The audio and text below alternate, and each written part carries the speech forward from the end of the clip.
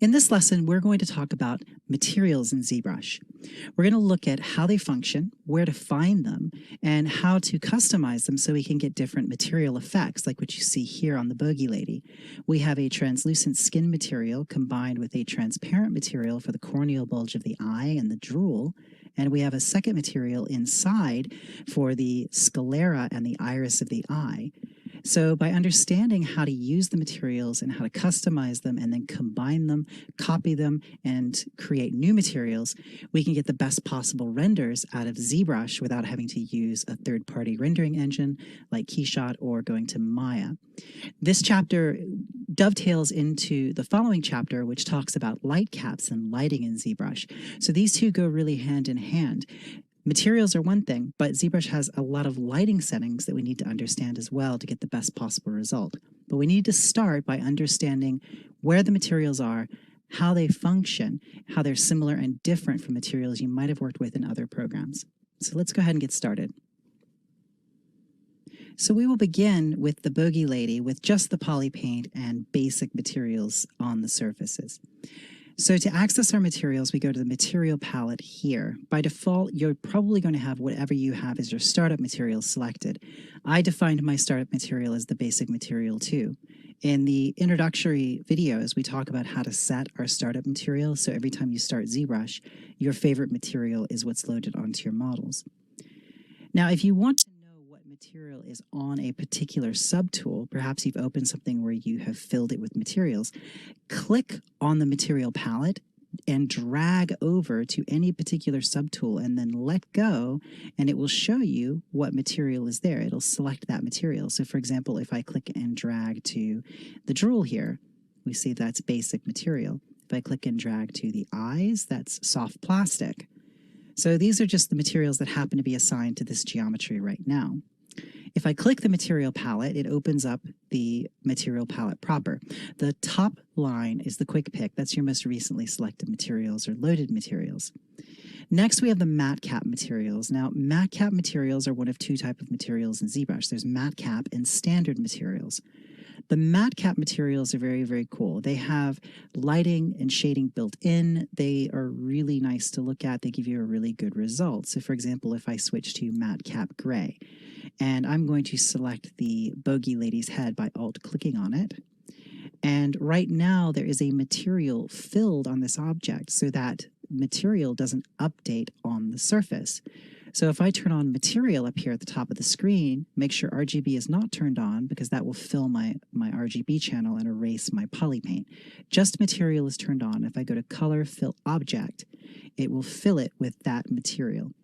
Now, it might not be all that easy to see on this particular tool, so let's just go to something very, very basic like the dog. If I open the dog will not have a material channel filled. So that means if I change my materials, the material will update on the dog as I change them. If I want a material to stay on an object, I select it, in this case the basic material 2, and go to color, fill object while the material channel is turned on. Now if I change materials, nothing updates. So if I want to clear a material channel, maybe I no longer want a material filled in that channel, go to your material menu and select the flat color material. Turn on M and go to color, fill object, and that will clear your material channel. Now if I select materials, they'll update on the model. So the matte cap materials are here, this first large section. Now the matte cap materials are materials that are created by sampling from an image to replicate a material. Now these are really, really cool. They give you a great result, but they have their drawbacks as well. I often find that the matte cap materials are not the best materials for sculpting because, and I mentioned this in one of the earlier videos, they don't give you interactive lighting. I cannot go into my light menu and then move my lights around and see it update on the model as I could if I were using something like a standard material like basic material 2. With the basic material 2, if I go to the light menu and move my light around, it updates on the surface. Matte cap materials, part of what makes them look so good is there's lighting baked into them. Also, some of them have a certain degree of translucency baked in, for example, the Sculpey material. That can make it hard to judge your surface while you're sculpting. So as a general rule, I prefer to use the standard materials and customize them when I want to do a render. However, that doesn't mean I don't use these the MatCap materials. They are absolutely worth investigating, and there's an entire library of MatCap materials which you can download from the Pixologic website. But for this particular render, I want to talk about the standard materials because there's so much that we can talk about with these, combining them and understanding how to adjust our individual material settings. So let's go back to the Boogie Lady. Now, you'll notice that the drool now has that Sculpey material showing up on it. That's because that material channel is not filled.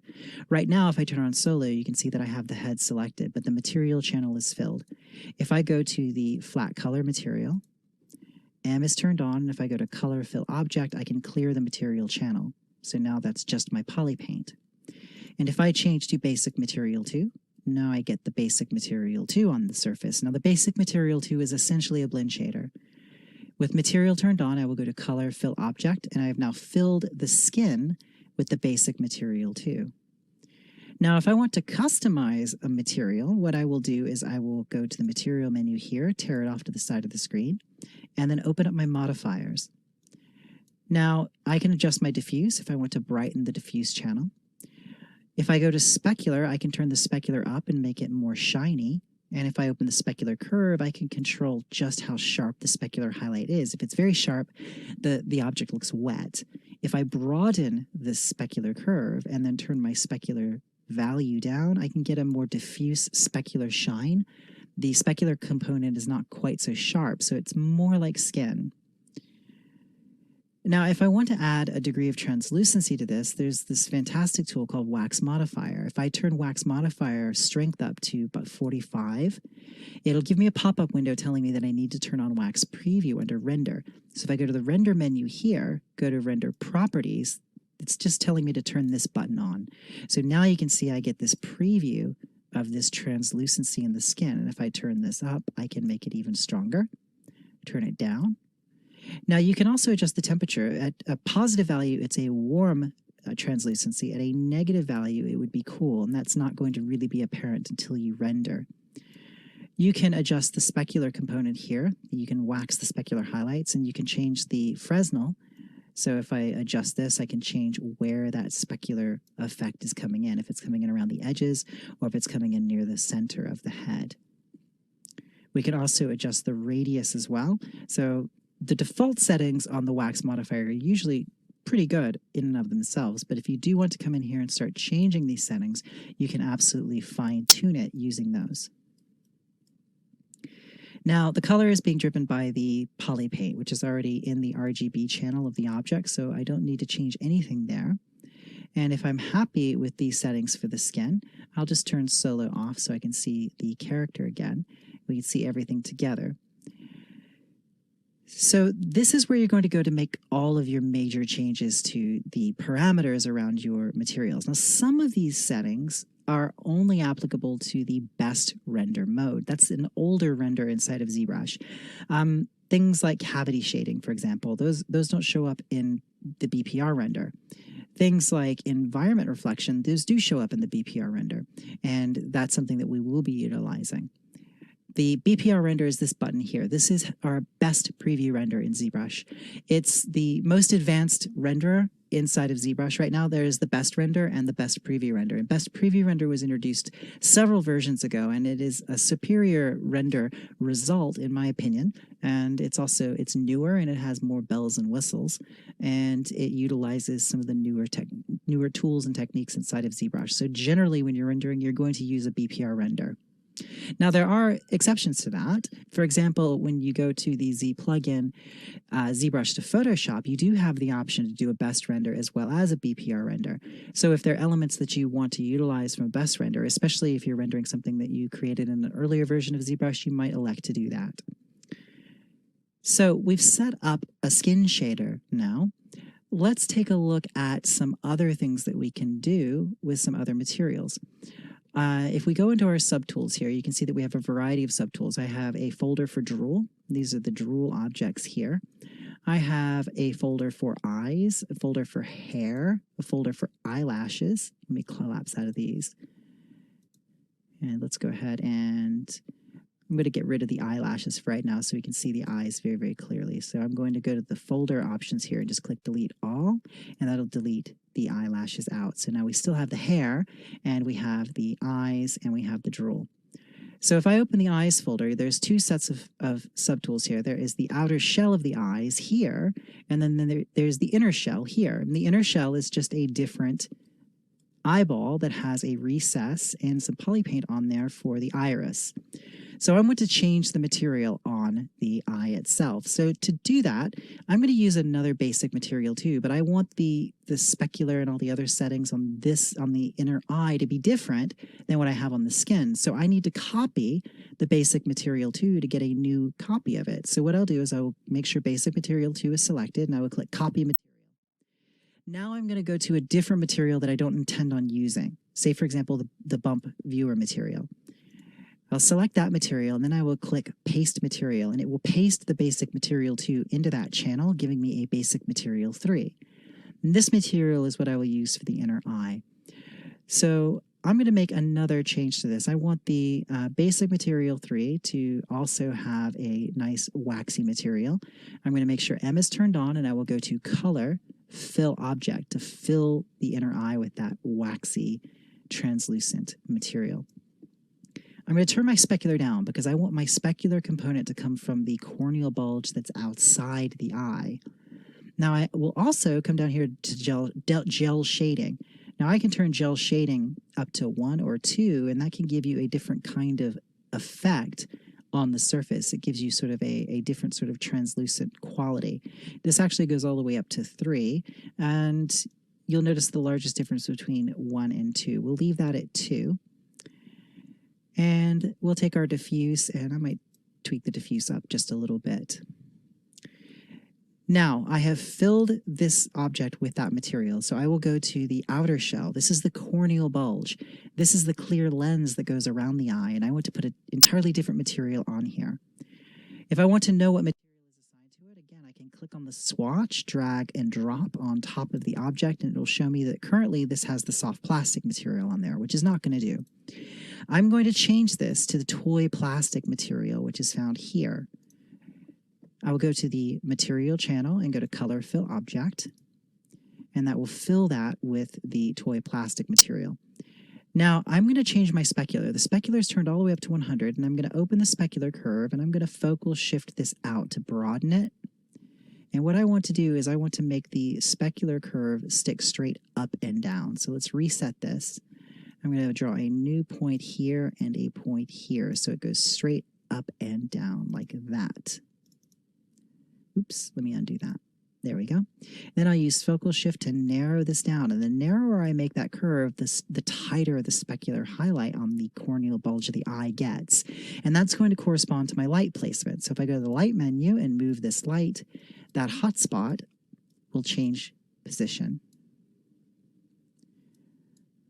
So we'll place that there, and perhaps we'll even make it a little bit tighter just by adjusting that focal shift. My specular can be turned all the way up, and now what I want to do is I want to make this transparent. I do that by going to the tool menu, go to the bottom of the tool menu, and open up render or display properties. Under display properties, you'll find BPR settings, and here you can turn on BPR transparent shading. And when you do that, it tells you that you need to turn on transparent render property. Say yes. Now, you don't want your transparent shell to cast a shadow, so make sure the BPR shadow slider here is set to 0. If your transparent object is casting a shadow, it's going to give you some troubles seeing the transparency. It's going to be a little bit strange, so it's best to turn shadows off on anything that you have that's transparent. So now I've set this to be a transparent object. I'm going to turn the solo off so we see the head and the eyes. Now while we're at it, I'm going to take this same material and I'm going to assign it to the drool subtools as well. So let's open up drool. I'll grab that first drool subtool and go to material, color, fill object, and we'll go to the second drool subtool here, make sure material is on, go to color, fill object. Now let's render this and see what we get. What you're going to see is it's not going to give you quite the effect that you want, because there's a couple other things that we need to change to make the transparency work. And those are going to be material settings that are particularly interesting. So this will finish in just a moment, and there we go. You see, it's kind of foggy. It's not really what we're looking for. What we want is we want that corneal bulge, that transparent object, to reflect some kind of environment. So to do that, make sure that we have the toy plastic material selected, which we do. And at the bottom of the material list, we have a swatch here for texture. If I click that, there is texture 20. This is just sort of an abstract horizon line.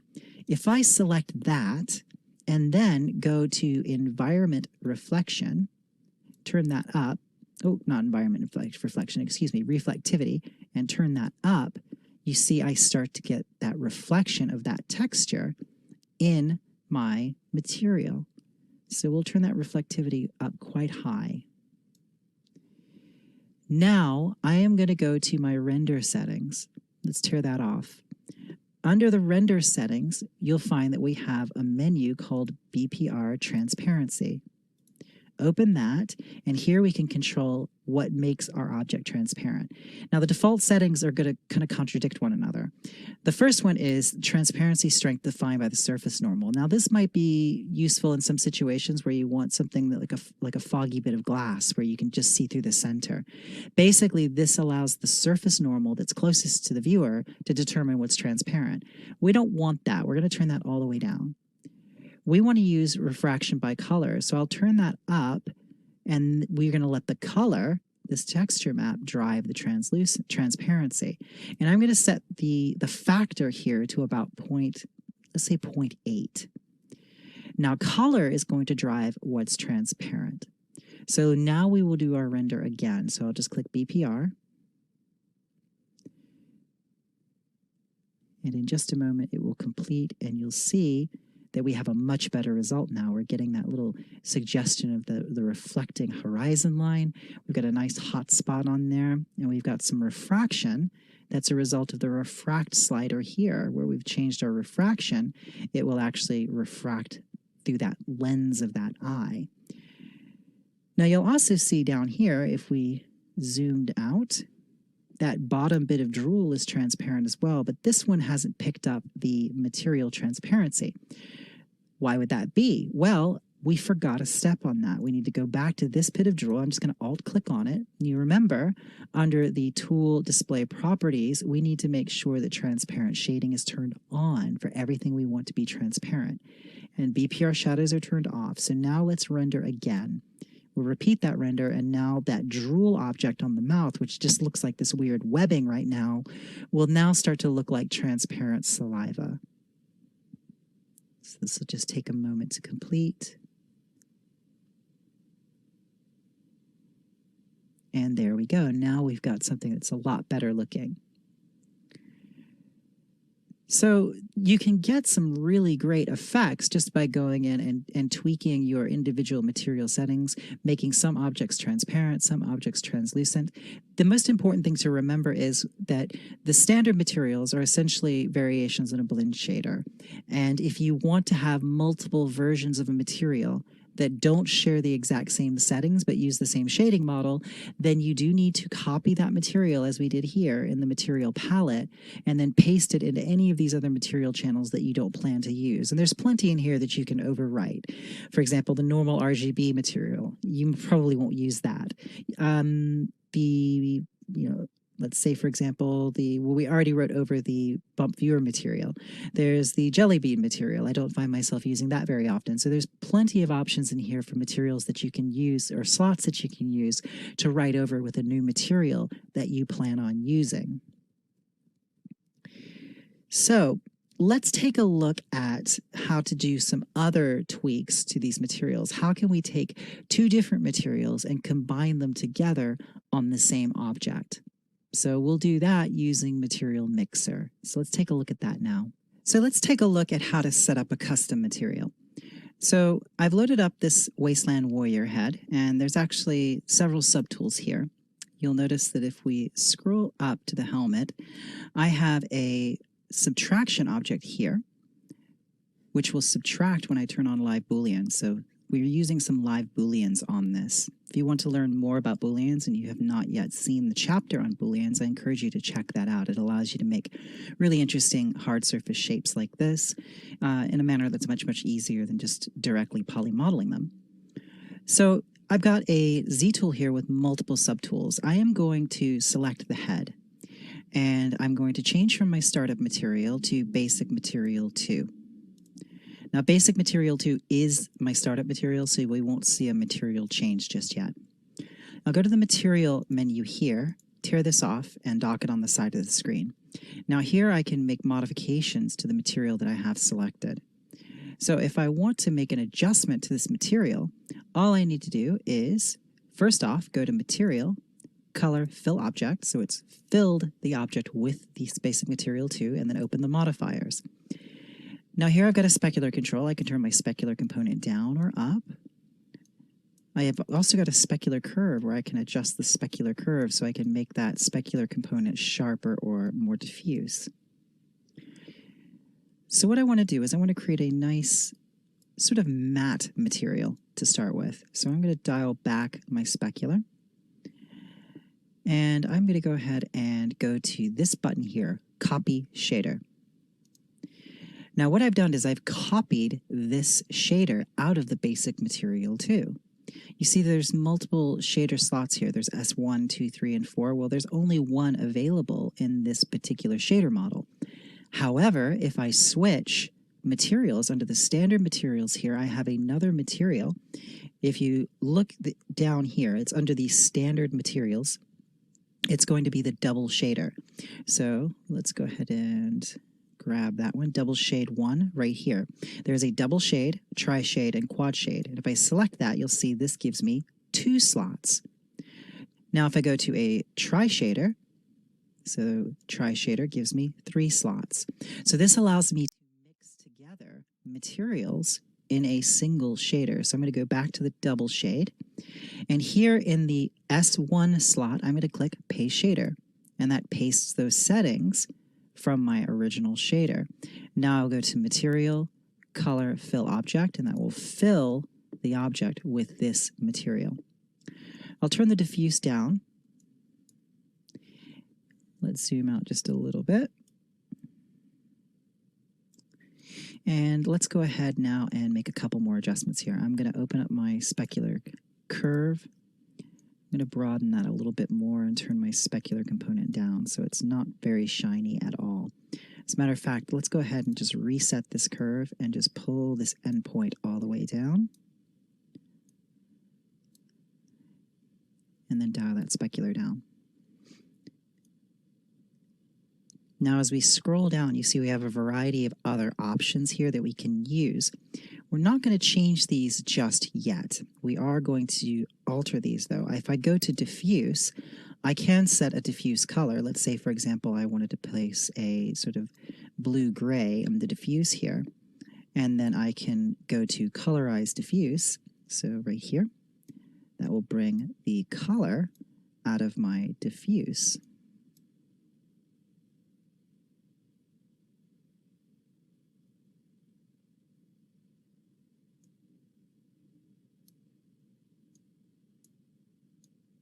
There we go.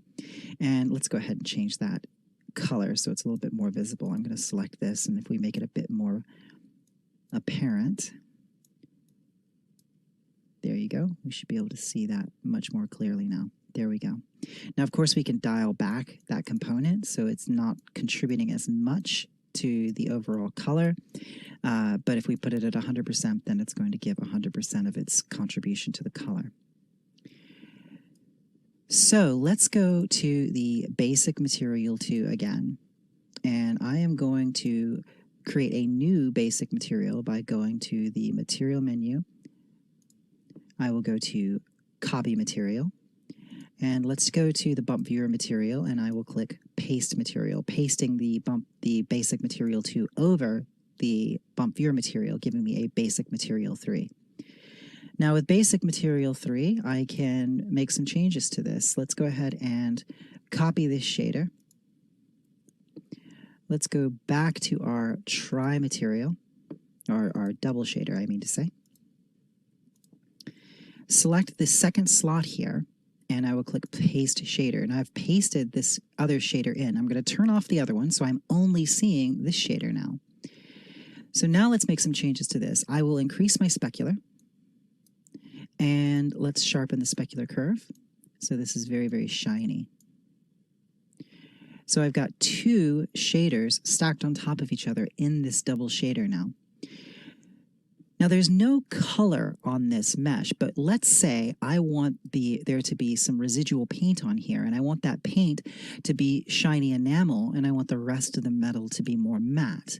So what I can do is I can take the standard brush, make sure that RGB is turned on, and I will select the color red.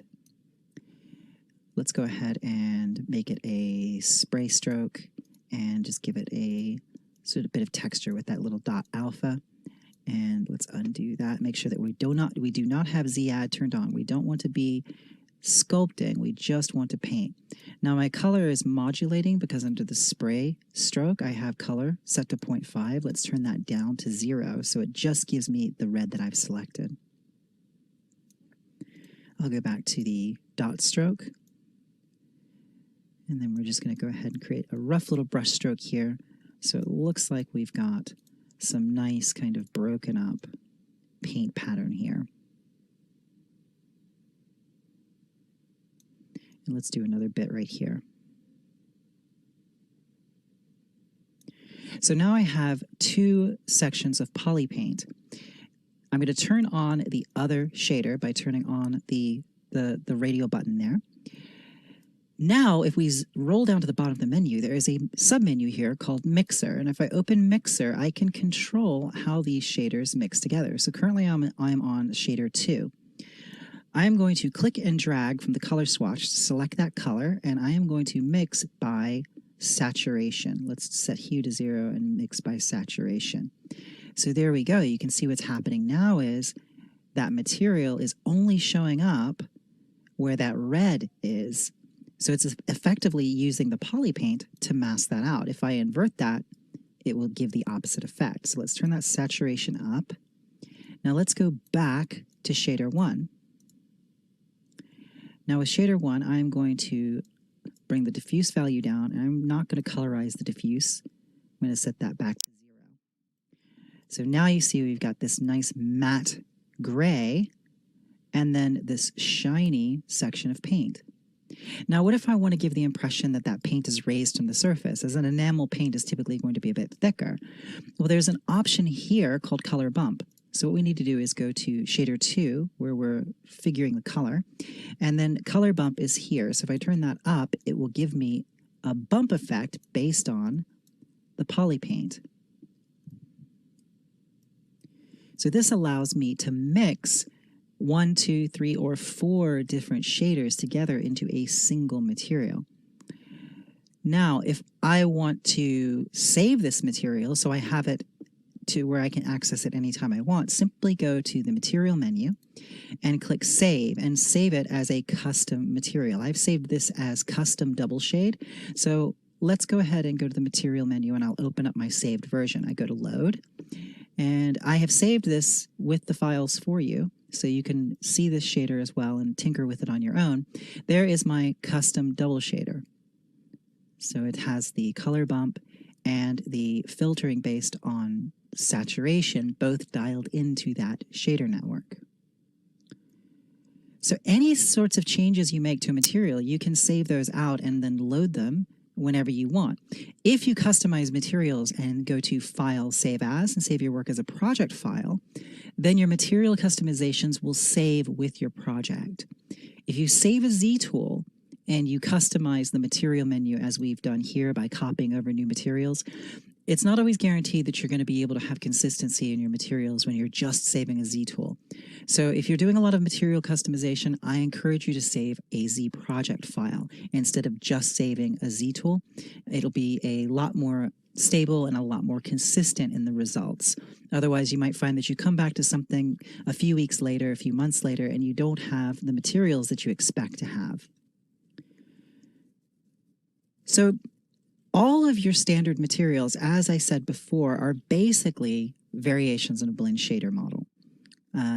You can combine them and mask them between each other using a double, triple, or quad shader, and then you can use the mixer to mix between those. So let's do a quick render and see how this looks under some nice lighting. I'm going to go to the light menu here. I'm going to take this orange dot and move it to about 11 o'clock. And I'll turn on the secondary light here and move it up just a little bit so we have some even lighting. And then we'll press BPR. And BPR will give us a best preview render, and we can see how this is going to look.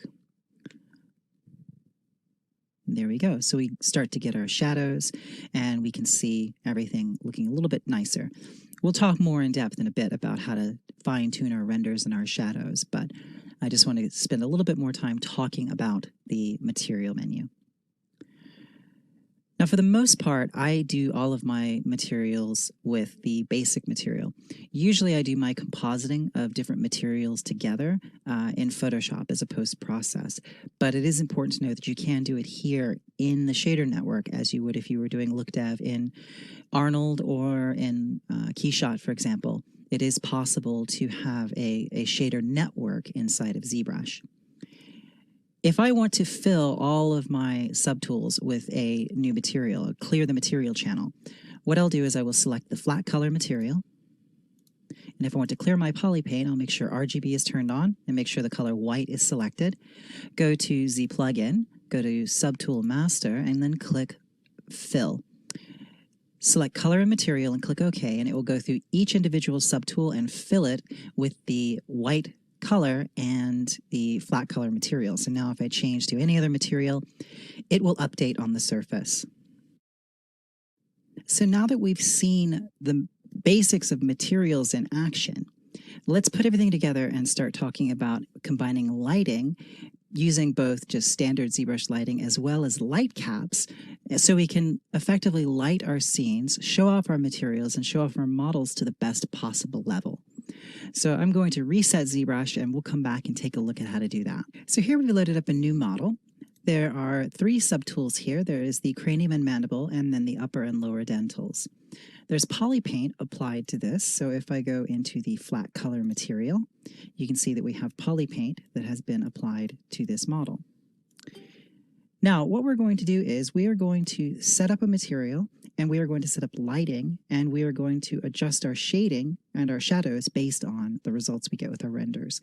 So I'm going to change to the basic material too. We're going to start by using that. Now, we could potentially use some of the other materials here. For example, the skin shader. The skin shader has a nice look to it. It also has the ability to, let's go ahead and tear the material menus off, has the ability to use the wax modifier, so we can add a bit of translucency, which bone would have some translucency to it. So if I click OK on that, go to Render Properties, and turn on Wax Preview, we can get a little bit of a preview of the translucency there.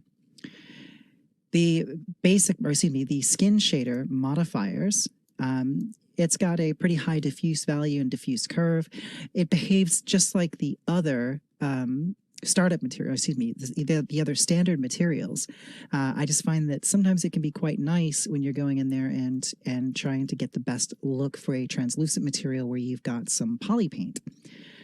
Now we can go to our settings on the wax modifier, and we can change things like the temperature. If we, like I said before, if we bring this down to a negative value and then do a BPR render, this gives us a cooler translucency rather than a warmer translucency, as you see here.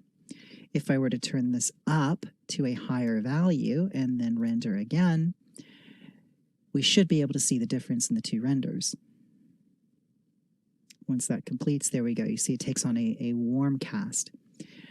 So going in here and fine-tuning can be quite handy when you're trying to get the best possible look. Now for the specular, I want the specular component to be different on the teeth. I want there to be some contrast there. The teeth have an enamel coating.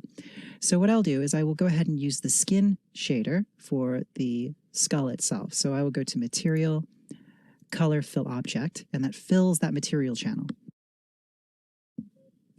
Now let's change to the basic material too. I will alt-click on the teeth, and I'm going to go to Material, Color, Fill Object to fill the first set of dentals, the bottom set, with that basic material 2.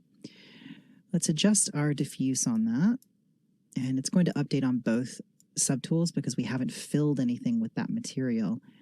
So let's go ahead and turn our specular up a little bit. Get a nice sharp shine on that. Now, this is something interesting that you can do. The enamel would probably only come to about here. This would be root and it would not have enamel on it. So what we can do is we can fill both of these subtools with this material by going to Color, Fill Object, going to the second set of teeth here and go to Color, Fill Object. Now I am going to copy this material. I'll do Copy Material. Let's change to Bump Viewer Material, and then we'll paste it in here, giving us a Basic Material 3. Now for Basic Material 3, I'm going to turn the specular down.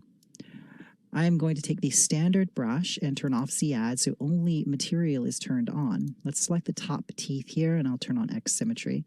And if I paint with this brush with just material turned on, it's going to paint the Basic Material 3 along the roots of those teeth. Let's turn on Solo so we can just do the entire thing here. Let's paint that through, bring that down a little bit. And then we'll do the same thing for the lower teeth. I'll Alt-click on the lower dentals, and let's go ahead and paint into those.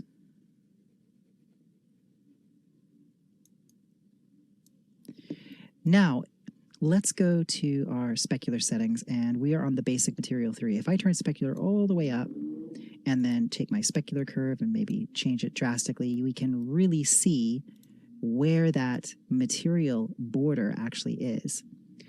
So let's go ahead and bring that specular curve back down. I'll reset this and just grab a point and pull this down. Bring the specular value down so it's very, very matte.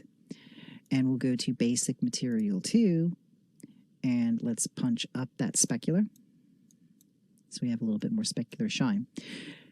So now we've got two different materials here, and I want to paint some of that that Basic Material 2 in here where I've got a little bit of a seam. So I'm going to Alt-click there and just paint over where that enamel is going to be about there. Now, when we render, we can control it so that seam is not so drastic. We can make it a bit more apparent when it blends between those two materials that have been painted onto the surface, because that's one thing that you're going to get when you're painting two materials onto one surface. It will appear to have a pretty jagged line. So I'm going to change to the Basic Material 3, and I really want to make it very, very apparent that there's no specular there. Maybe we'll dial the diffuse down on that so it's really obvious where those blends are. And I just want to give a little bit more fall off there. Let's change to our Basic Material 2 again, and let's just bring that enamel up to here and up to here.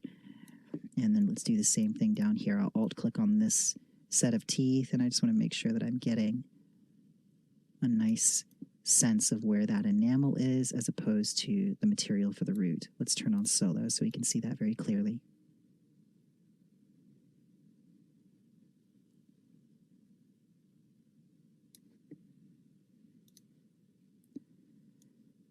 There we go. Now, when we render, we have some controls to adjust that fall off. We'll get to that in just a moment. So we have a material for the teeth. We have a material for the skull. So let's go ahead and set up our document. So if we go to our document window here, we can see that our resolution is 1920 by 1080. So I'm going to go ahead and click actual size. And it doesn't show me the full document. If I zoom out, I can actually see the full document range there. Let me turn on perspective mode. Let's position that skull. Maybe we'll turn on the floor plane so we can get a little bit of a ground cast shadow here. So we'll line that up, click actual, and now we'll go to our lighting. I will go to the light menu and tear this off. Now to adjust your lighting, you can select the orange dot here, and that's the selected light. This is the key light. Now move this to about 11 o'clock so I get a nice raking shadow. Now I'll turn on the second light, and I will grab this orange dot, and I can move the secondary light. But I want the secondary light to be more of a rim light. I want to put it behind the object. So if I click on that once, it puts that light behind the object. So now if I move it, you see I can start to get a nice rim light around the edge of the model. If I turn up the intensity on this light, it becomes much more apparent. Let me pull this back just a little bit. And then we'll dial this down. And we can also change the color on this. Maybe we want to have a cooler rim light. I can add just a little bit of color to that light and get some rim light there. Now there's a global distance control here, which can be very interesting too. If you dial this back, you can adjust the distance globally of all the lights from the object. So this can be nice when you want to get a bit of a fall off in the lights, a little bit of a softer edge to them. This can be a nice thing to adjust. So once I've got my basic lighting set up, I would want to save my work. Save your work by going to File, Save As. Now that's very important. If you are setting up to render, you must save projects because a project file will save your lighting, it will save your materials, it will save everything. A Z-tool will not save your lighting changes. You may also find it useful to save the default light setup. If you just go to Lights and click Save, you can save the default lighting setup and have that in your ZBrush install folder, so you can always restore the original lighting if you don't like some changes that you've made. You can also save out lighting that you do particularly like, so you can have that available to use on other models. So with that said, let's do a quick render. I'll click BPR and ZBrush will start rendering. And you'll see that we get our initial look, and we've got a nice cast shadow because we have the floor plane turned on, but the shadows are a little bit hard-edged. So let's adjust that by going to the render menu, tearing this off, and open up BPR Shadow. Now, to soften the shadow edge, I can turn up the angle slider here. Now, the angle slider is going to soften the edge of the shadow, and that is essentially free. It's not going to increase your render time. The drawback is it might create banding in your shadows. So if that happens, we'll need to increase our rays right here. Rays are set to 12 by default. We might double that to 24. But let's take a look at what we get with just this render. So click BPR, and this will immediately give us a much nicer edge on our shadow, as you can see here. Let's turn up the angle a little bit more and do another BPR. Now here you see that we've got banding in the shadows. So what I will do is I will take my rays and let's increase this to, I'll bring this up to 32. Now this will cost render time. When I'm increasing my rays, it will cause the render to take longer. So we'll go ahead and wait for this one. And there you go. You see it soften the edges of those shadows. I'll turn those rays up even more. And it will be considerably slower now because we've increased those rays. The more rays that you have set, the more individual, basically cast rays of light are being emitted in the renderer to calculate the light and shadow. So it's basically causing ZBrush to have to do more calculations, but the result is you get a more accurate and better looking render. Here you can start to see that hard edge there in the material blend. So here we've got our subpixel anti-aliasing render quality. It defaults to 3. We can bring this up to 6 and run our render again. And you can see that it's increased the sampling and it's slightly increased the render time as well. So that's another way that you can improve the overall look of your renders. Now, let's take a look at that material blend. How can we correct that material blend? Well, if we go up to the render properties here, so under render properties, we have a detail slider. Now the detail sliders, that will increase the detail of your shadow maps. So if you hold the control key down while you're moused over that, you're going to get your tooltip. So if you leave this at, let's say, a lower value, like a value of 1, it's going to give you a much lower resolution shadow map and specular. So if we turn this up beyond 3, we can turn it all the way up to 4, we can get a much, much higher quality render. Here we have material blend radius and we have smooth enhance edges. So material blend radius, if I turn this up, this is going to blend that material edge. So let's go ahead and do this render again. In our previous demonstration, we just used a hard edge between 2 materials because we wanted that strip of paint to be very obviously a different material. We didn't need it to blend seamlessly into another material. Using this slider will give you a much better blend right here. If you keep an eye on that, you'll see the result that it gives us. It'll vastly improve that transition. There you go. So now we've got a nice transition going from the more matte material into the enamel of the teeth. So I'd like to do a little bit of an adjustment on the material on the teeth. Just looking at that, it's catching my eye. I'm going to go down to Poly Paint, and I'm going to go to Adjust Colors. Let's click the Frame button here so we can frame the materials, and I would like to adjust, let's say I want to bring, I'm going to adjust the red contrast, I think. Pull a little bit more red in there. I just want it to get a little bit more yellowish in its cast. No, not green. Set that back to 0. Maybe pull some of that blue out. And then we'll take our intensity, turn it up a little bit. I just want to lighten them just a little bit.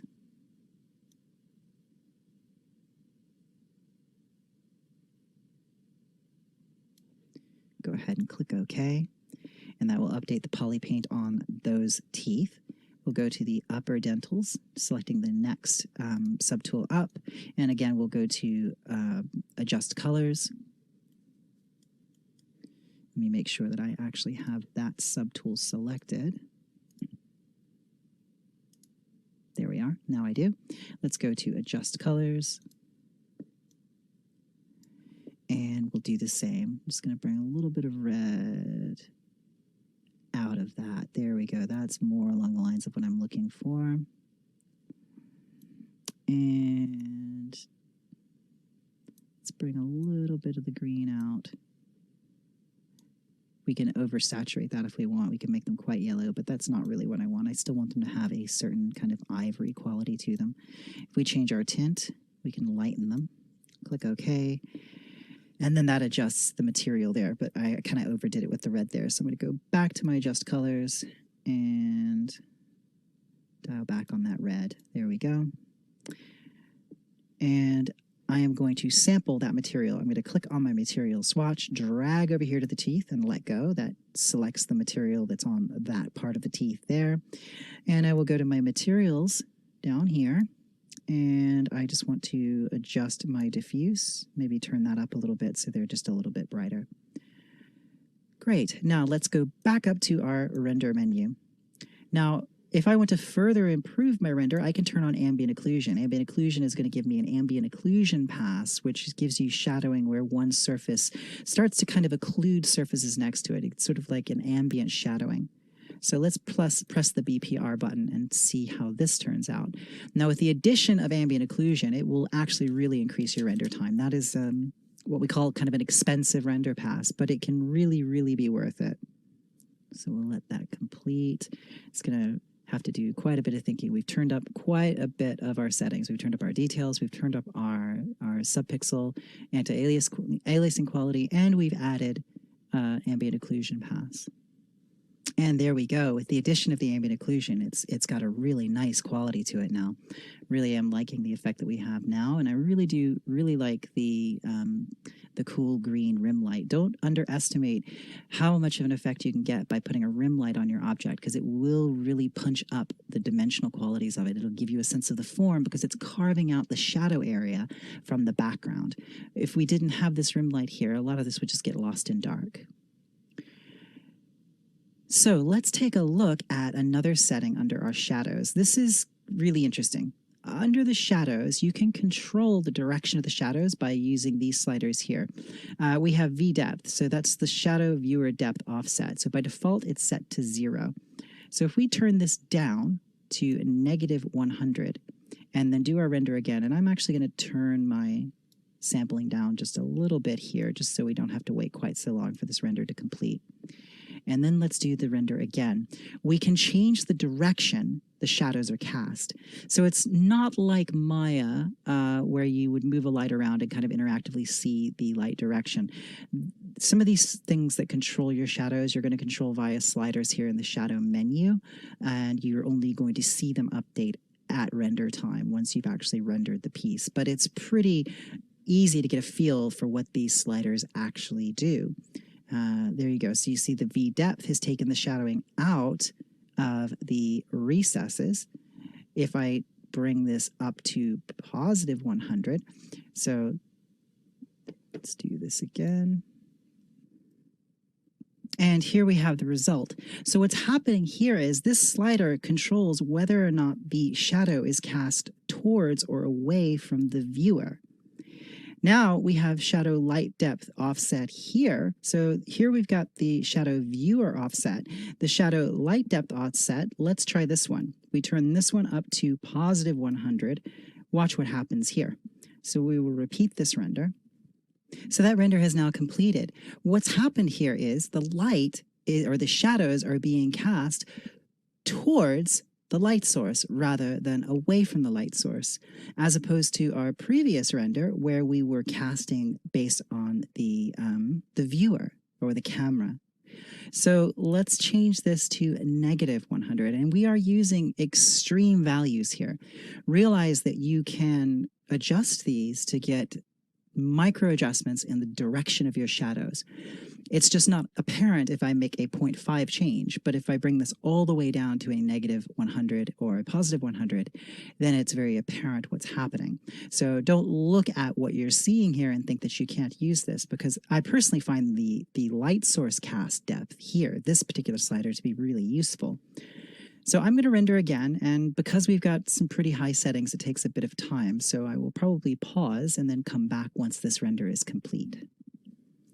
And there we go. So you can see now it's casting those shadows away from the light source rather than towards the light source. So if we just make a smaller change here, we'll set this, let's bring that all the way down to negative 10. And we'll look at the difference we get between this render and the next render. And there we go. You see we get a subtle difference in the shadowing here as a result of minor tweaks to that slider value, the L depth offset for our shading. So let's take a look at a few other settings here under lighting. So you'll notice we have the ability to change our max distance here. Now, this will be easiest to see, I think, in the floor plane. So if we have our floor plane turned on, we'll actually see the shadows cast on the floor plane. And let's set our L distance to 0. Let me go ahead and just manually type that in. And we'll do an initial render so we have something to compare against. So we can compare and contrast what happens as we adjust our sliders for max distance. So we can set the maximum distance the shadows will fall, and we can change the fall off along that distance of the shadow. So let's go ahead and do a preliminary render because we've dropped back into our preview view now.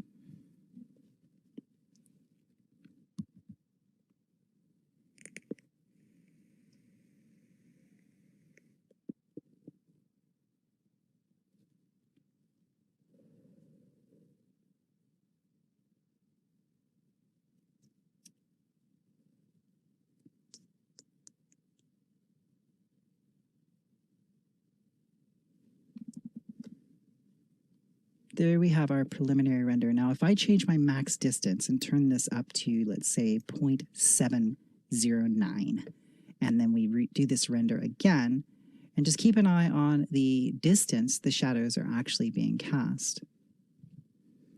The higher this value goes, the shorter we should see our shadows falling.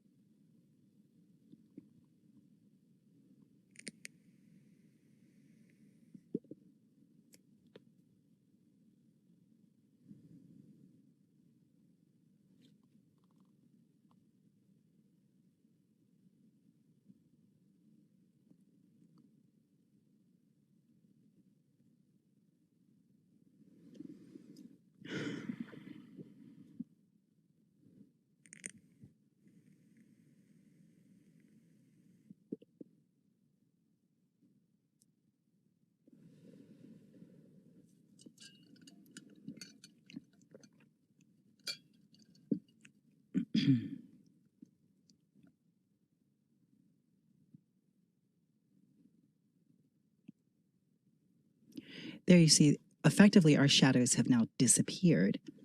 If I bring this max distance back down to, let's say, 0.004, and then render again.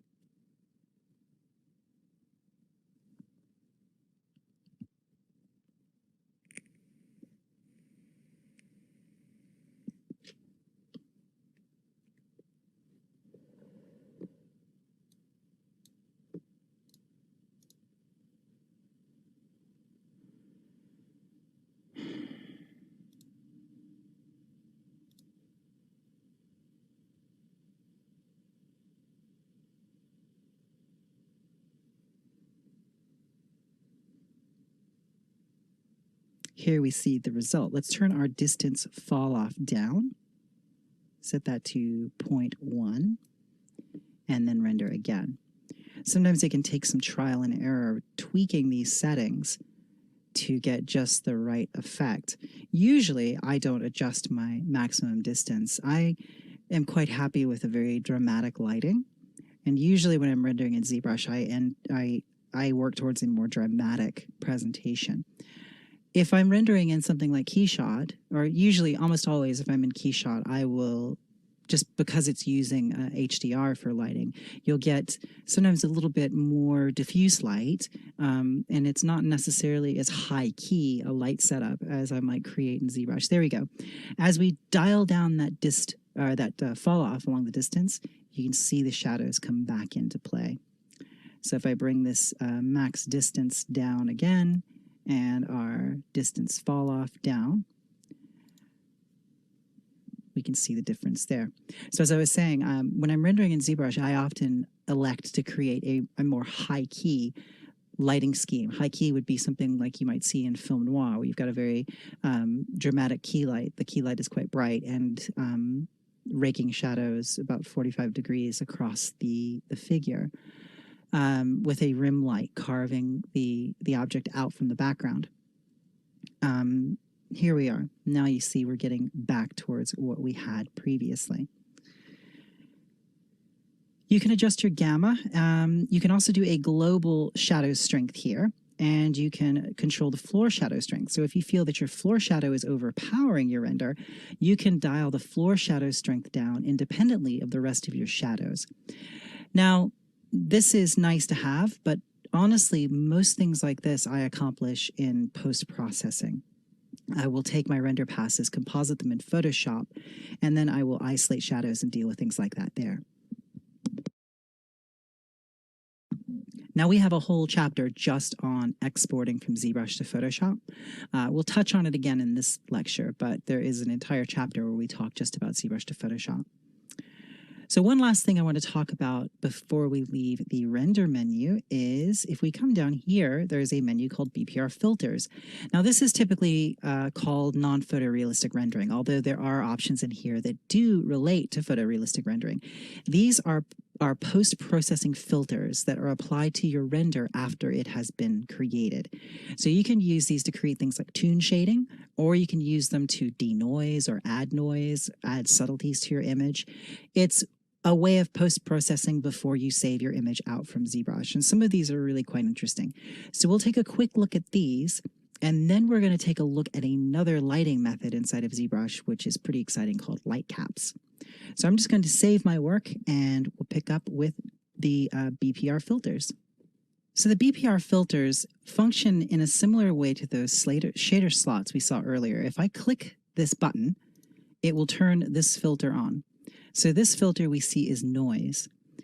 The blend mode is set to replace normal, and we've got a noise slider which just controls the degree of noise here. We can run this into a negative or a positive value. So here we can just turn this up just a little bit and add a bit of noise to that image. We can globally adjust the opacity here with this opacity slider, and we can control the front and back color of the noise. Now we also have the ability to mask using this mask slider here. If I set this to 1, it will isolate the noise to just what has an object in the render. It's basically using the mask, which is generated by the BPR render. So anything that is an object, anything that is a 3D model, will be masked. Everything that is not will not receive the noise. If we invert that value, the background will get the noise, and the object will not receive the noise. So we'll put noise on here. We can modulate the strength by shadow. We could also use the Fresnel to give a little bit of a blend across that edge. So let's turn this down just a bit. So you get a little bit of a feather there. Now, of course, we can adjust these also with exponent sliders here. So for each slider, we have an exponent as well, which basically acts like a multiplier. We can control the depth, so we can set a negative value to bring the noise towards things. Let's actually flip this so it's on the object. Bring it towards us, or reverse that. And we can adjust our A and B depth relative to the document size. So that's always going to be dependent on what your actual document resolution is here.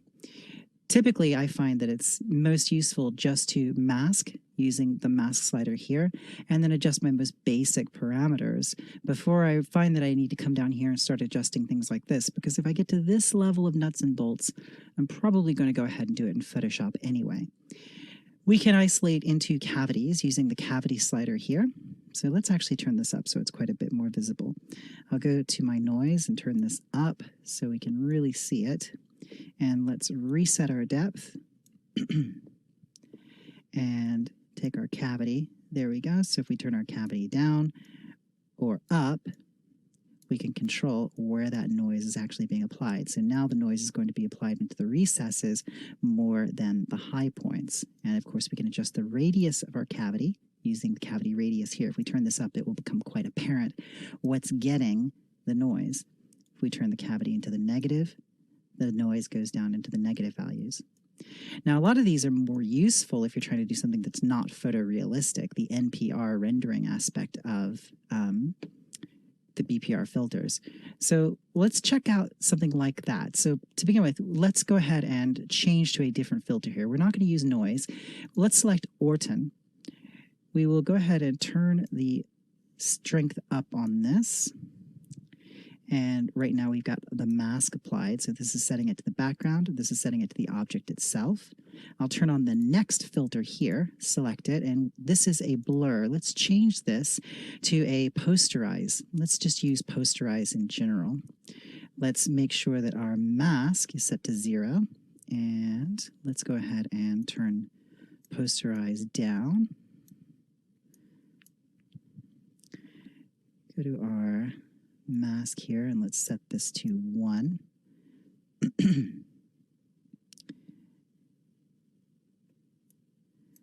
Just our mask border. I want to get a pretty good posterize on here. Let's see if I can't make sure that my cavity is turned off, edge detect.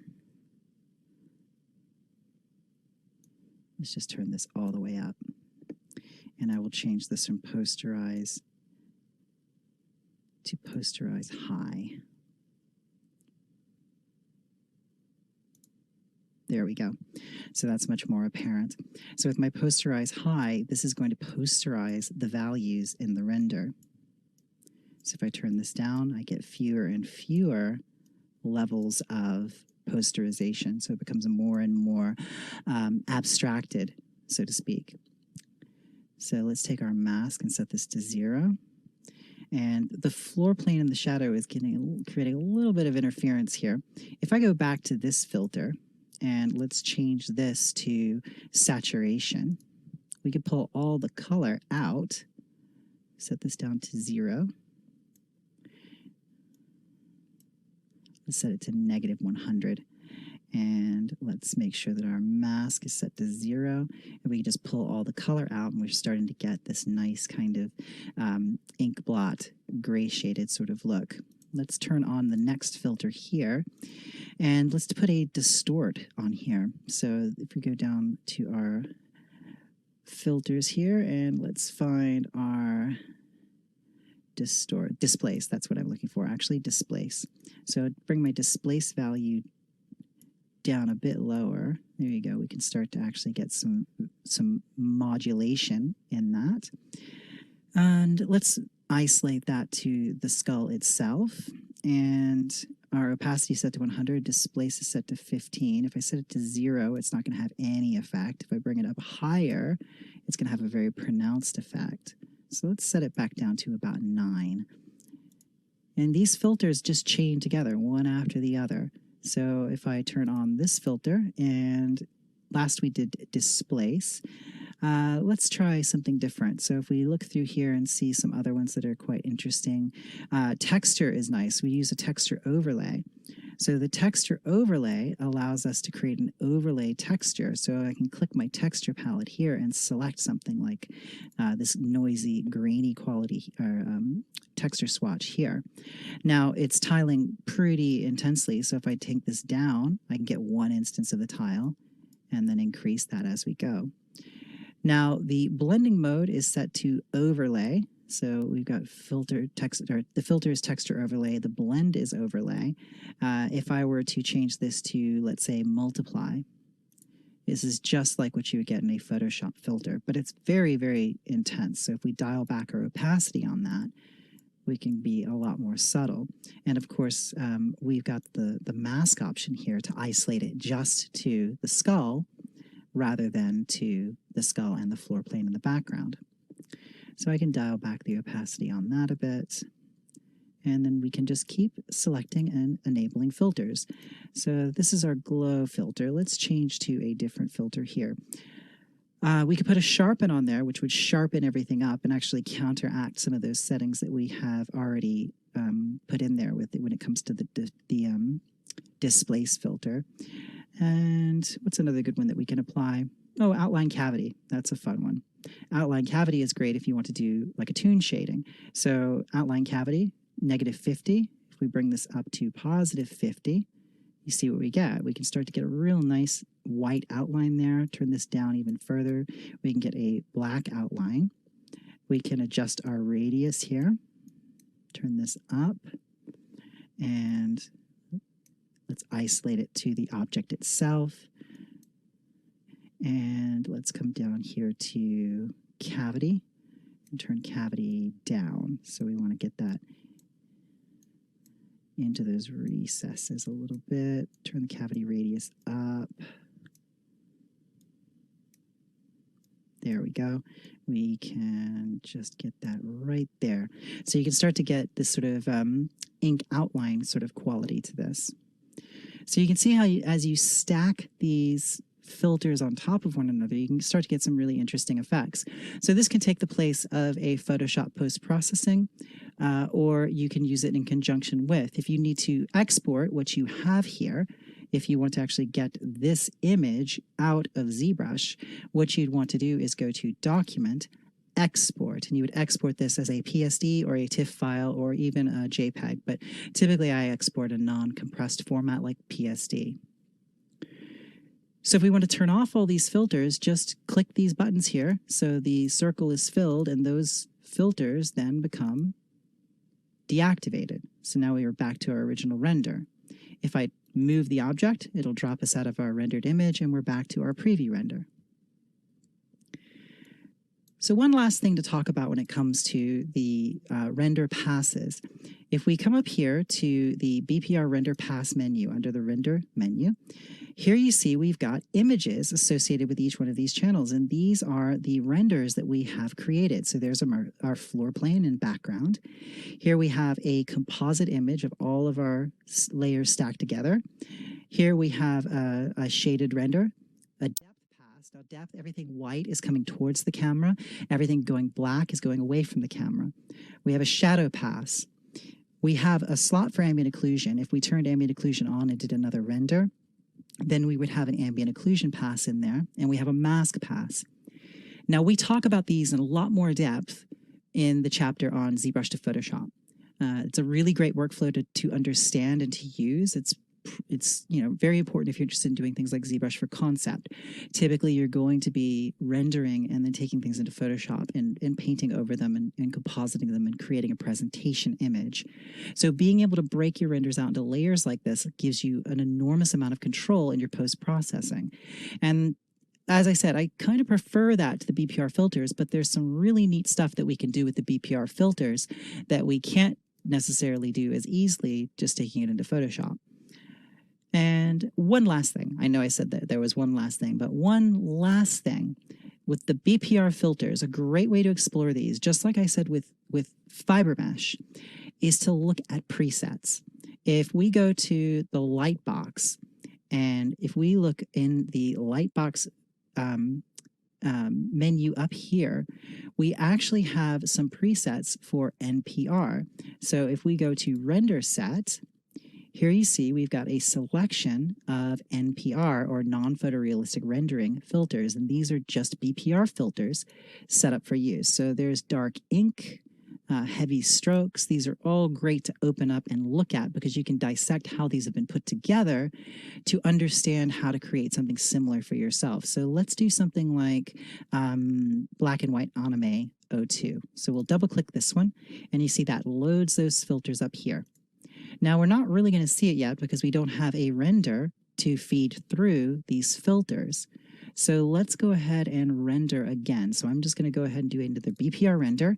And when that BPR render completes, you'll see that it gets fed through those BPR filters, and we'll see the resulting image post-processed.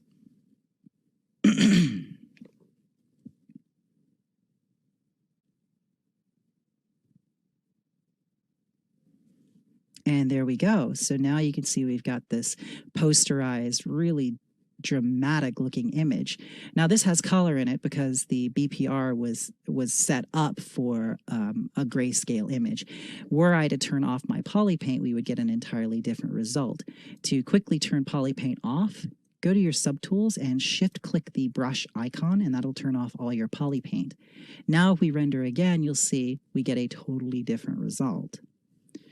If I want to see some other render sets here, I can go to the black and white sketch 02. And once I load that, it will re-render, and we can see what we get. And there we go. So this is giving us sort of like squiggly lines and grid points. So it's sort of like almost like a halftone sketch. If we want to dissect these filters, just click on each one, and you see that it starts with a displace, which we've already used, a displace filter. You see it's set to -46. And if I were to change this value, let's set this back to 0, you can see the difference. That's displacing the border. The radius has been set to 10 here, and there is no masking on this particular one. If we go to our next filter, you can see that here it is using a texture overlay, as we've already seen. That's giving us that halftone image. And if I go to the texture overlay slider here and dial this down, we can make that larger, turn it up, and it becomes much more like a halftone image the tighter we get those individual dots. If I turn that off entirely, it takes it out of the equation. Filter 3, you see, is texture. That's just a texture overlay. And filter 4 is another texture overlay. And then filter 6 is a sharpen. So if we turn this off, you can see the sharpen is actually bringing out those individual lines. So I encourage you to go take a look at some of these. It's a little bit beyond the scope of what we have time to talk about in terms of rendering, to go into a deep dive into the non-photorealistic rendering, but a lot of these are really fun. And it's pretty easy to understand because it's literally just like stacking modular nodes like you would perhaps in Nuke or another procedural solution. You've got nodes or filters that your image is being fed through and then processed, and you can adjust the look of it by changing what filters it's fed through, and also the order in which it goes through those filters. So now let's change gears and take a look at some more advanced lighting in ZBrush. We're going to talk now about light caps. Light caps generate lighting based on a panoramic image or an HDR image. It's the same way that you would do your lighting in Keyshot or perhaps even in Arnold or another renderer if you're using HDRI images or panoramics to light your scene with environment imagery. And a lot of people don't realize it, but ZBrush handles that exceptionally well. It's just the settings are a bit hidden, and some people didn't realize they were there and they haven't been exposed to it. But luckily, we have this video and we can take a look at it now. Now, so far, we've just been using the standard ZBrush lighting just like this. This is the lighting that we can use interactively with any of the startup materials, which you remember these materials down here. Now, this lighting is great, and like I said, it's good for making like a nice dramatic lighting, but a lot of people don't know that ZBrush takes HDR images. You can do environment-based lighting in ZBrush, and it looks great. So how do we do that? Well, first we need to set a background. So under the light menu, open background and click texture, and that opens the texture menu here. Now, don't make the mistake of selecting something from here because these are not high resolution background images. Your museum is one, but the best thing to do is go to Lightbox, go to the texture menu in the Lightbox. And this takes a little bit of time to load for most people because there's some hefty textures in here. There is a folder inside the texture folder called Panoramas. If we open this, we have a variety of different panoramic images that we can use for a background. My favorite one is a French street right here. This is probably my favorite one. It's got a really nice color to it and nice lighting. I also like the museum. We'll start with the museum and then we'll go to the French street. So we'll double click the museum and that will load that into the texture palette, as you see here. Close the light box. Now I click the texture swatch, grab the museum, and here we go. As I rotate the camera, the environment rotates with it. So what I can do is I can zoom the skull out here, and then I will just position it so it's sitting on this plinth. Now, something that's kind of neat is we can use the floor plane to help us get the right perspective based on the perspective of this plinth here. So I'm just going to move this down to about here. And then I will turn on my perspective if it's not already turned on. Go to the draw menu, and then we will just change our perspective so we get something that's a little bit closer to the perspective at the top of that box. We'll scale this up. And I can lock my camera, and that will keep me from accidentally moving and then losing my orientation. I can also go to the movie menu, go to timeline, and click show, and that'll show my timeline here. And if I just put 2 keyframes here, I can keyframe my camera. So if I unlock the camera and then accidentally move, I can always just hit my left and right arrow keys, and it will snap me back to the keyframes I set for that camera. So as it is, the background's not really doing anything. It's just there as a backplate image. And if I turn off rotate with object, it will no longer rotate when I rotate the object. So if I turn that off, just the object rotates. So I can change the orientation of the skull in relation to the plinth upon which it stands. If I want my floor plane to be the same size as the plinth, what I can do is I can come down here, and under the draw menu, I have the ability to change the size of my floor plane like this, because you may find that you don't want your shadow casting over the edge of that plinth. That would be very unnatural. So we can just turn that down. Now, what I want to do is I want to create lighting in ZBrush based on this image. And this is exactly what you do in, say, Keyshot.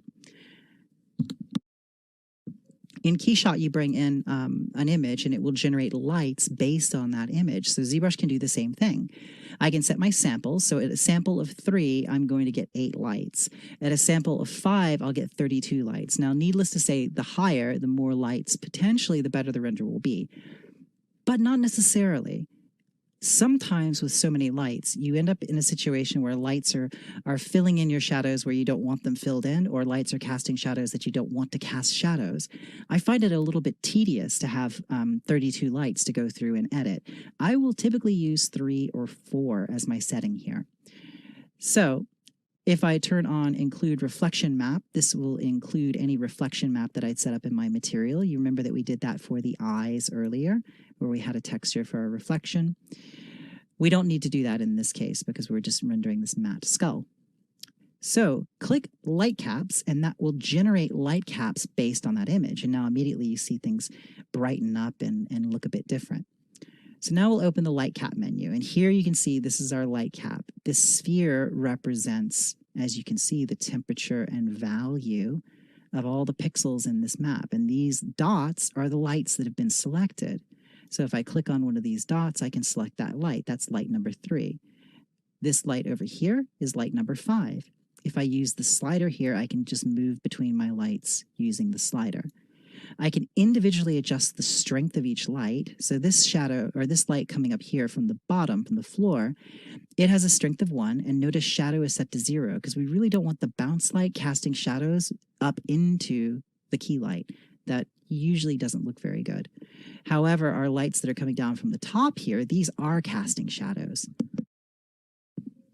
So let's take a look at what this actually looks like once we render it. So we're just going to do a BPR render.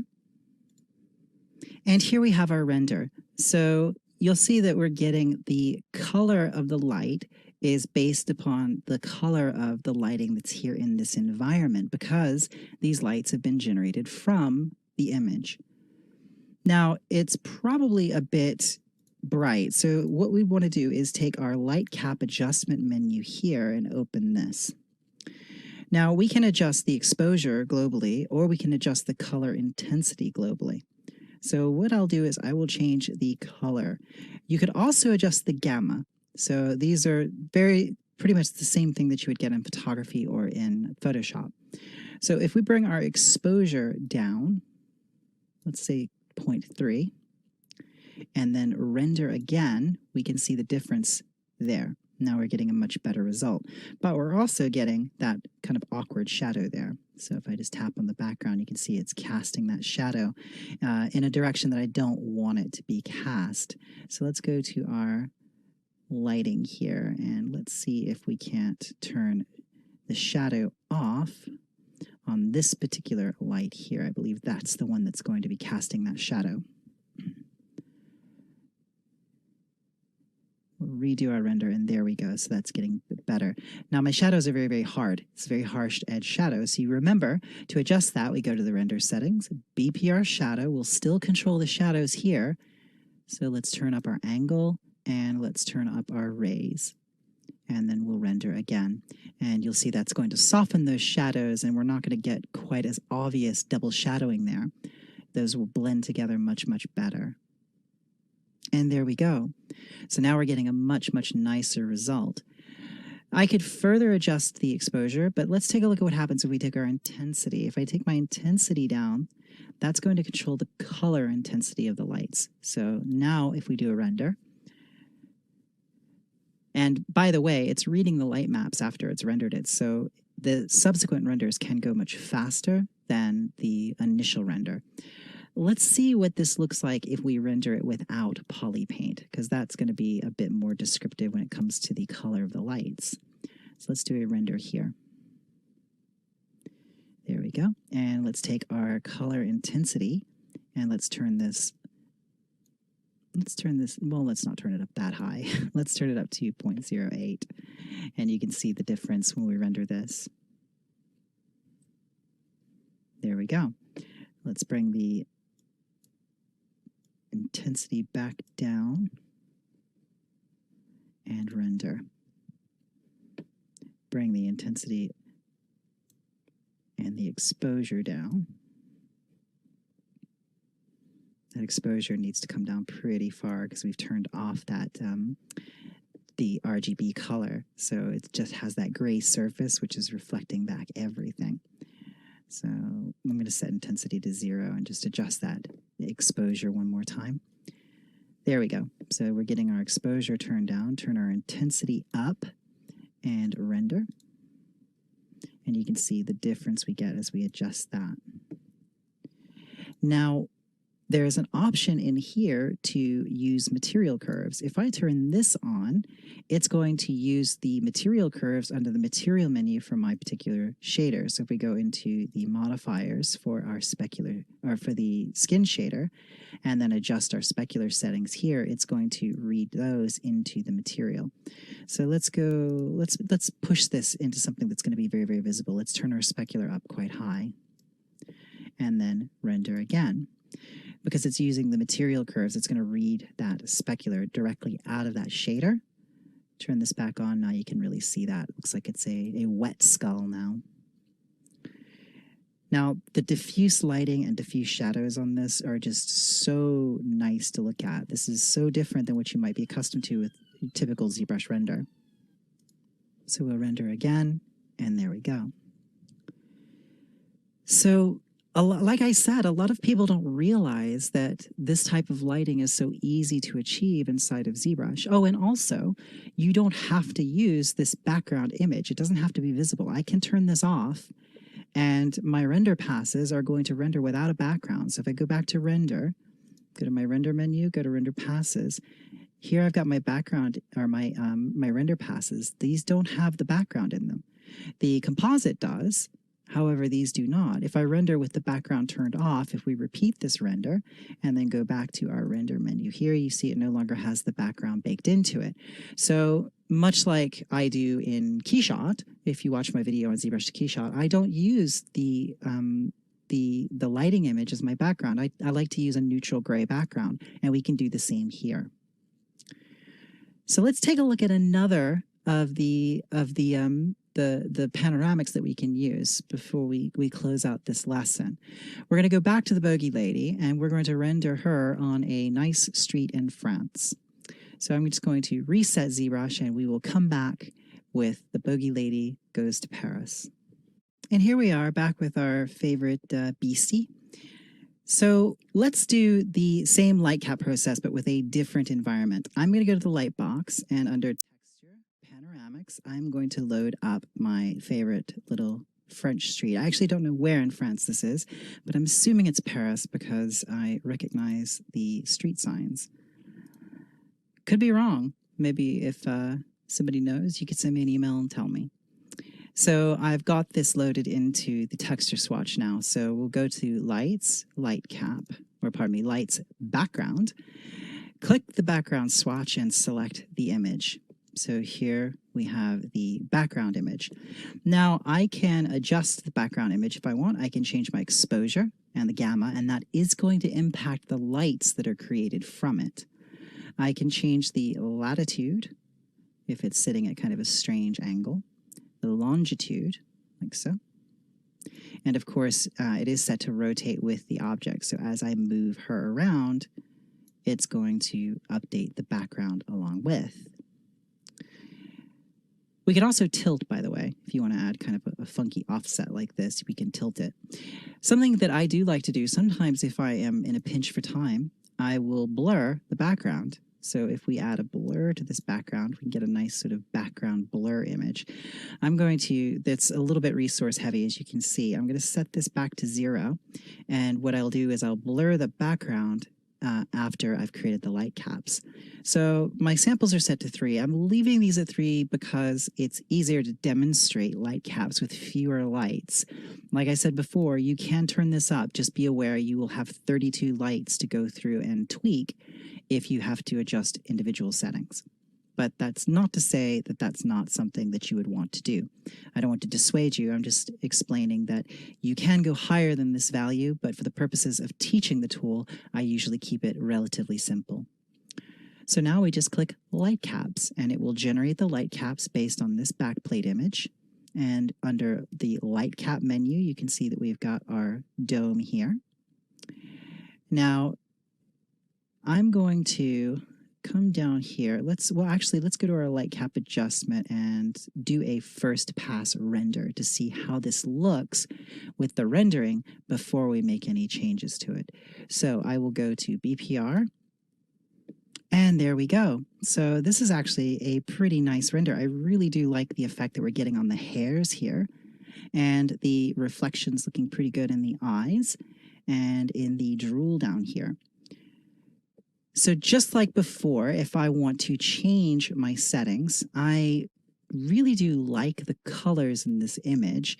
Maybe I want to adjust my exposure so I can drop the, well, before I do that, I want to point something out. If I turn on Use Material Curves, see how it changes the surface entirely. Now if I render and it's using the material curves, you'll get a different look to your resulting render. There we go. So it actually reduces the need to go in there and adjust your exposure, But sometimes I find that I like the lighting without the material curves being turned on better than the one that I get with them turned on. So to me, it's not necessarily that one is better than the other, but I am aware that if I don't like what I'm getting in one, I might turn these on and see what I get otherwise. So if I turn these off and then drop my exposure down to 0.5 and then render again, there we go. Now, as I was saying before, if I'm in a pinch for time sometimes and I need to produce something as a presentation image, I might elect to come up here and actually blur my background image. So I've got a backplate that is not, a metropolitan street, but it has a nice quality of sharing the color and value range of the lighting that's on the image. So if I render again like so, now I have this render with a nice abstract background. And if I go to my render passes, it's there, and we can export this out as a JPEG, and you've got your image right there. So that is light caps. I encourage you to explore the light cap settings and explore the render settings in ZBrush. I think it is one of those things that's underutilized and misunderstood in ZBrush, because I just think people don't often get exposed to just how many things are possible in ZBrush with the lighting models in there. You don't have to rely on external renderers to get some really nice imagery.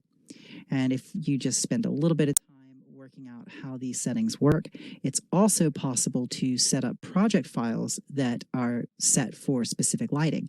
This lighting setup can be saved. So you see, I've got a light cap here. I can save this light cap and then load it up into any other scene.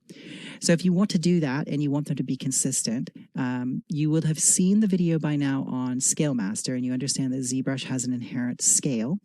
So I would just make sure that my models were set to the ZBrush unified scale, and I would set up my lighting for a generic model at the unified scale and then save that out. And then anytime I wanted to load up that particular lighting, I could load the light cap that I want and then tweak accordingly.